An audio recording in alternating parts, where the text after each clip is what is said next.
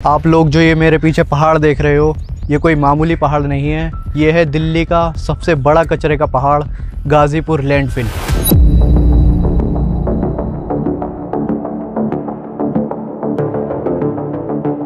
आप जानकर हैरान हो जाओगे, इस कचरे की पहाड़ की हाइट इतनी बड़ी है कि कुतुब मीनार की भी इससे कम है height. Gazipur landfill in East Delhi is almost as tall as the Qutub Minar, the tallest minaret in India. आप इससे अंदाज़ा लगा सकते हो, ये कचरे का पहाड़ इतना बड़ा है कि इतने में 2 ताजमहल बन सकते हैं। बट वेट, आज से 25 साल पहले कचरे का पहाड़ कुछ ऐसा दिखता था और समय के साथ साथ ये भी बदलता गया और आज ऐसा है।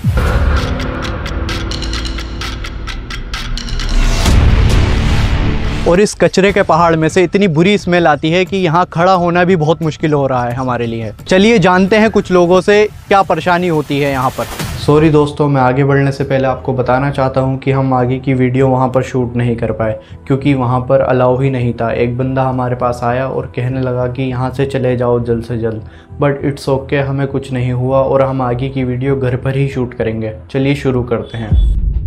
ओके, टॉपिक पर वापस आते हैं। अब मैं आपको बताता हूँ, दिल्ली का कचरा बस यहीं नहीं है, ये है हमारी गलियों का हाल, जहाँ कूड़ा ऐसे ही पड़ा रहता है कई दिनों तक।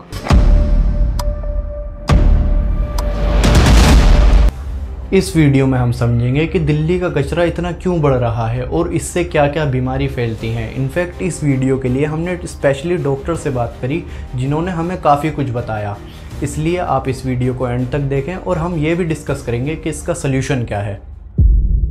कचरा इतना ज़्यादा होने का सबसे पहला रीज़न है ओवर पॉपुलेशन। आज दिल्ली की आबादी लगभग 2.5 करोड़ के आसपास है और एक दिन में दिल्ली 11,000 टन कचरा जनरेट करती है और ये फिगर 2031 तक 17,000 टन से लेकर 25,000 टन तक पहुंचने के आसार हैं।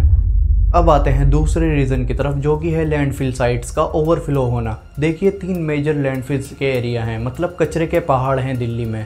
पहला है गाजीपुर, जिसकी हमने शुरुआत में ही बात करी, और दूसरा है भलसवा लैंडफिल और तीसरा है ओखला लैंडफिल। और सबसे बड़ी बात यह है कि इन तीनों की कैपेसिटी बहुत पहले ही ख़त्म हो चुकी है, फिर भी कई टन्स कचरा इन्हीं लैंडफिल्स में डंप किया जाता है रोज़ाना। और सबसे बड़ी परेशानी और बीमारियां उन लोगों को होती हैं जो वहां रहते हैं। इन लैंडफिल्स एरिया के आसपास रहने वालों को क्या क्या बीमारियां हो सकती हैं फ्यूचर में, इसीलिए हमने डॉक्टर से बात करी और उन्होंने हमें बहुत कुछ बताया।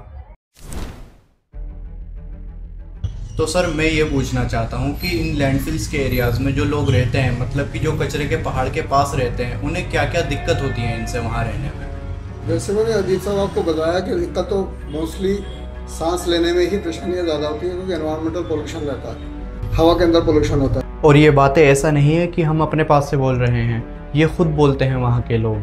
हाँ, आग से धुएं के मारे इतने परेशान हैं। मैं बीमार हूँ, मुझे हार्ट की प्रॉब्लम हो गई है, क्या समझे। यहाँ कम से कम आधी कॉलोनी वाले बीमार हैं, बुजुर्ग लोग जो हैं। इसके साथ साथ एलर्जिक ब्रोंकाइटिस है, एलर्जिक कंजक्टिवाइटिस है, उसको टाइफाइड भी हो सकता है। इसमें स्मेल के साथ साथ ऐसी धुआं आता है, ऐसा पोल्यूशन आता है कि जो बीमारियों की जड़ है। नेक्स्ट क्वेश्चन इज, क्या वहाँ का पानी भी डेंजरस है?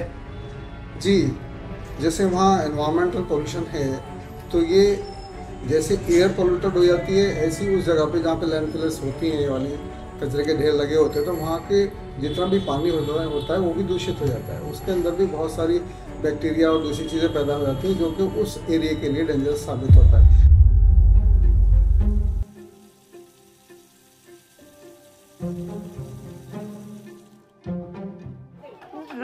उल्टी जैसा हो रहा है ना, उल्टी जैसा। आप तो सूंघ रहे हो ना, हम तो इसको नहा रहे हैं, मुंह में भी जा रहा है। बताइए कितनी गंदगी है। तो अगर इसी से इंसान नहा भी रहा है तो मैम, इंसान जब भी तो बीमार पड़ रहा है, खांसी जुकाम बुखार।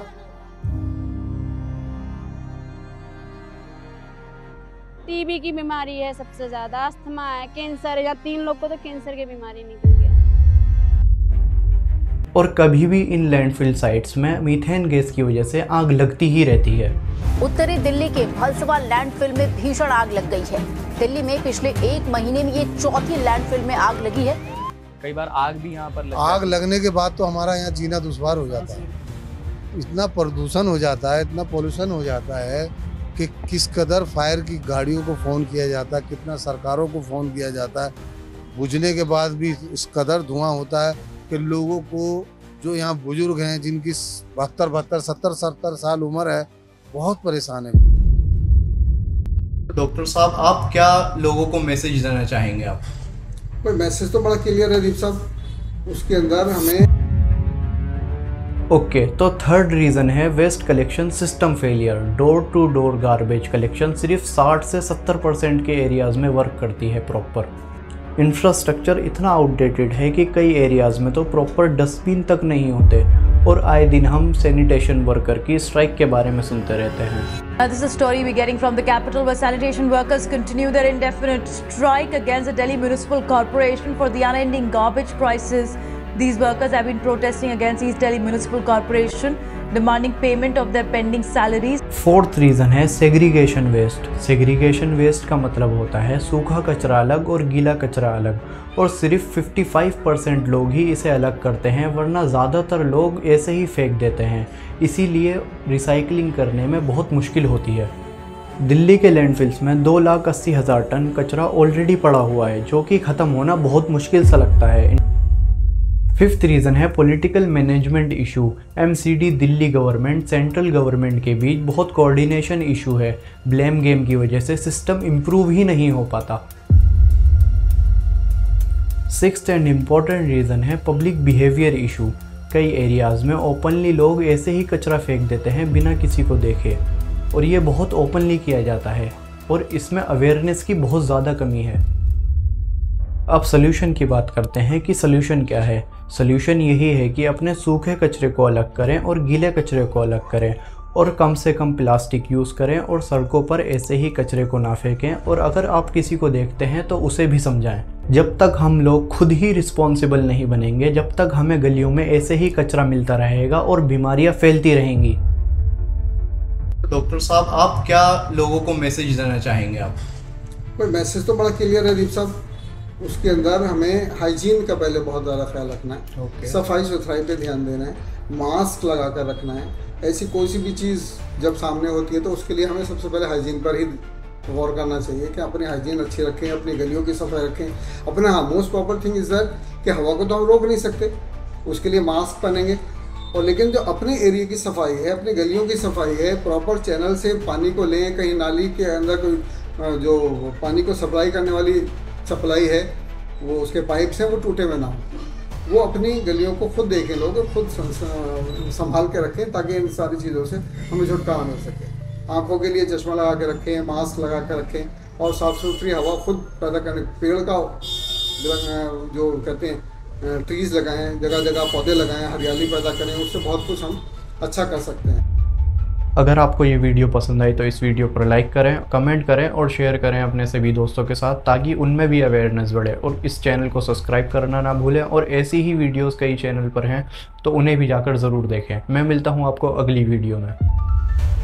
और ये मेरी लास्ट वीडियो है पॉलिटिकल, क्योंकि पेरेंट्स ने भी मना कर दिया, और मुझे भी ऐसा लगता है कि पॉलिटिकल फेलियर बताना बिल्कुल भी सेफ़ नहीं है हमारे देश में। इसलिए हम अगली वीडियो कुछ नया ट्राई करेंगे।